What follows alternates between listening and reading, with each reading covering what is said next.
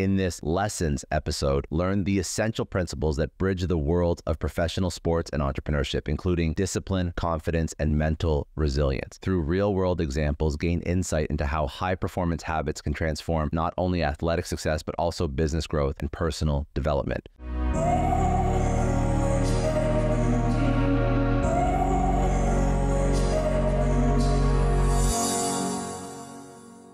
It was a good story because it tees up exactly how you got to where you are today. And, you know, even looking at you now, like just like looking at your bio, I see so many reasons why somebody who has been a high performance athlete would have so many lessons to teach somebody who is trying to build a business or what. But it's something that, you know, sometimes you follow like the football coaches or whatever, and you get like, you know, the business tips from them. But I don't see people that actively pivot an entire career and then understand how the lessons they've learned operating at such a high level can be so applicable to an entrepreneur, somebody starting out from the ground up. And I think that's it's incredible how your story evolved, and like all these different inflection points in your story just led to you being able to have the experience and the platform, because that's also very important to be able to do this. So as you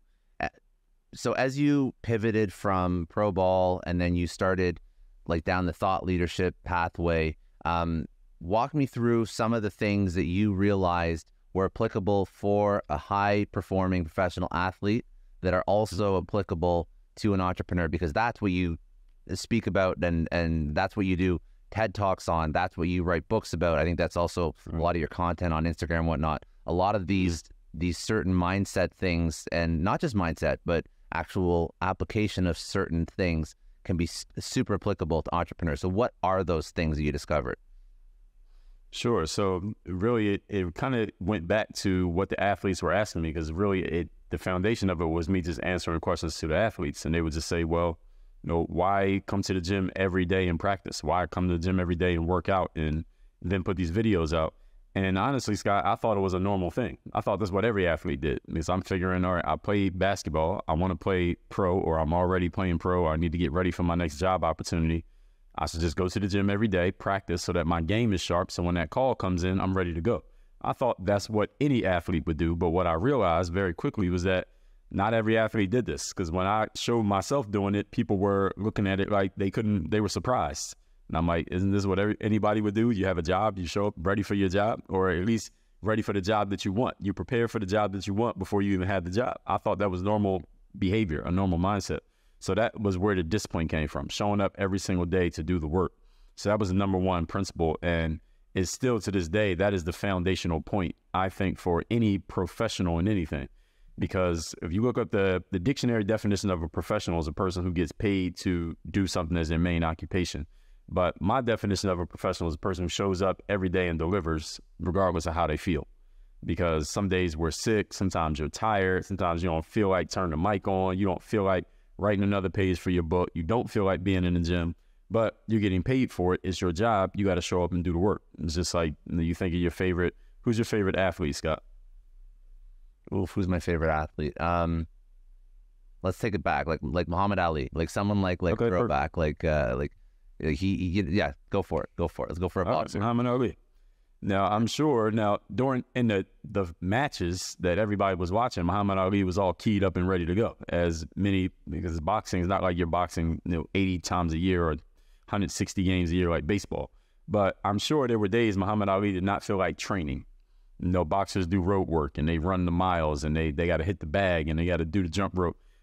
I'm pretty sure, and Scott, you can tell me if you disagree, there were days Muhammad Ali did not feel like training.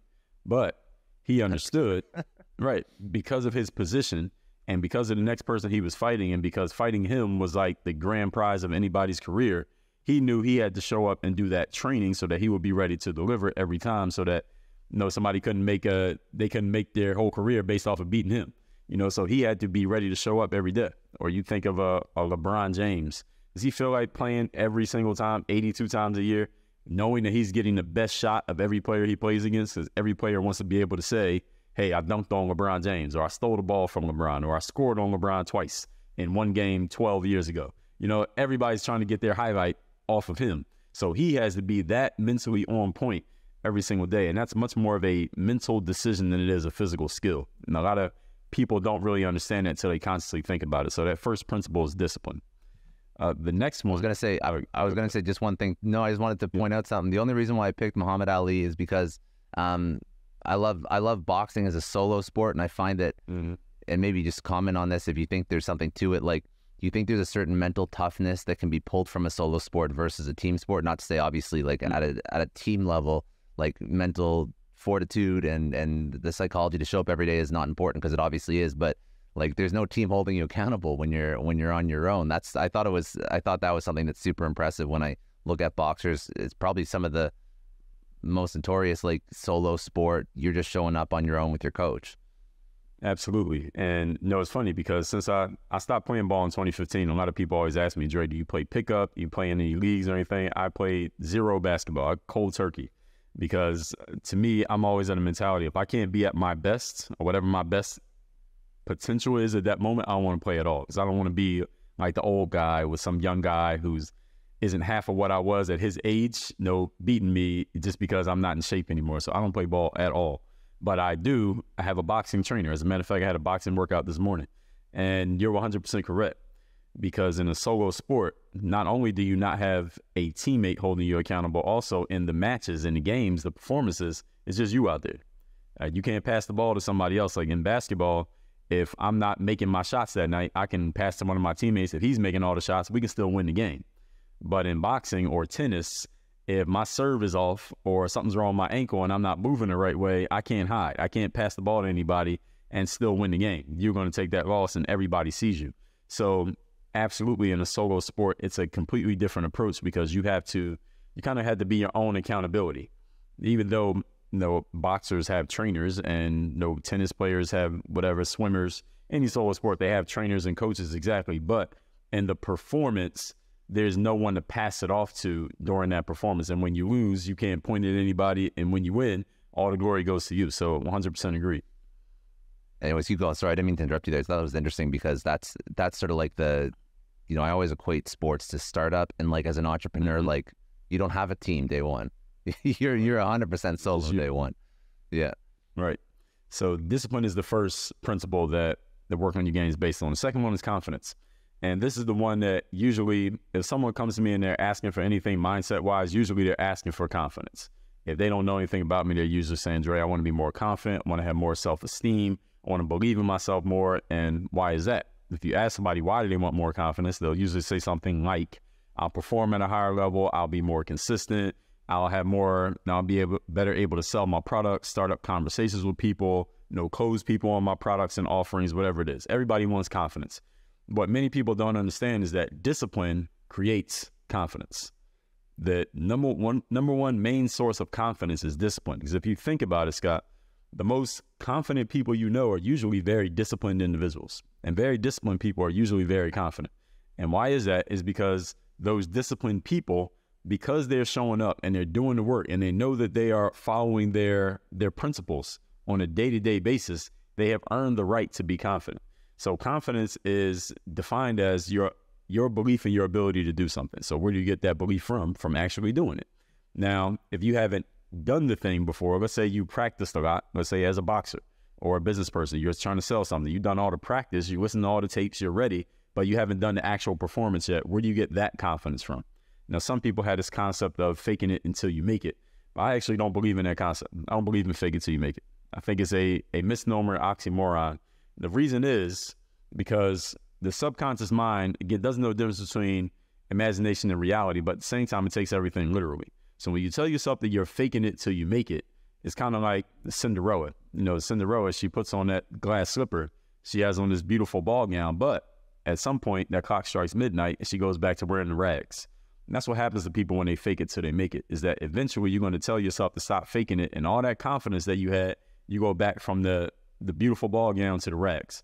So what I suggest that people do instead is become it, because you don't have to fake it. You can just become that person. And I give an example. One of my TED Talks, I talked about this. A basketball player, he was in practice and the coach told him that day, I want you to pretend to be the best player on the team. And this player that he was talking to was a marginal player, maybe the 10th best player on the 12-person roster.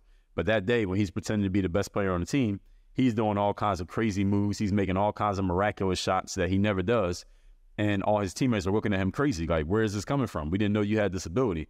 And what he had done is he had stepped into this principle that I call the super you, which is you still being yourself, not faking it, but is you at your highest possible level of confidence. And what you do in that moment is you borrow that confidence from another person. So to give an example, you take let's say somebody who's a boxer, and they are them, whoever they are. Now, before they go into that match, they're looking for that confidence. I would tell them, listen, I want you to think about somebody like Muhammad Ali or Mike Tyson or Floyd Mayweather or whoever your favorite boxer is.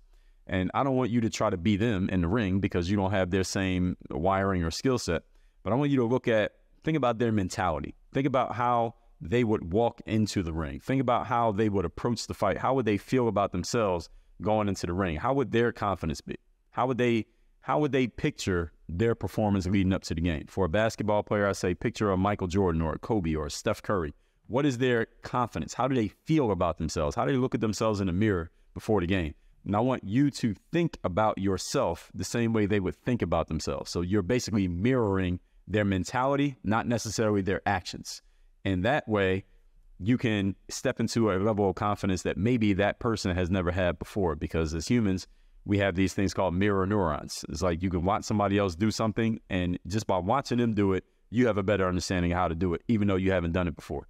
And that works for confidence. It works for hammering in a nail. It works for repairing a car. It works for anything. But people have to understand the principles behind it and understand that you're not trying to be somebody else. You're still being yourself. You don't want to be faking it because eventually, like I said, faking it is going to end. You don't want to tell your brain that you're pretending to be anything. So the second principle is confidence. Thanks for tuning in. If you found this valuable, don't forget to hit that subscribe button so you never miss an episode. And if you want to dive deeper into this conversation, check out the links in the description to watch the full episode. See you in the next one.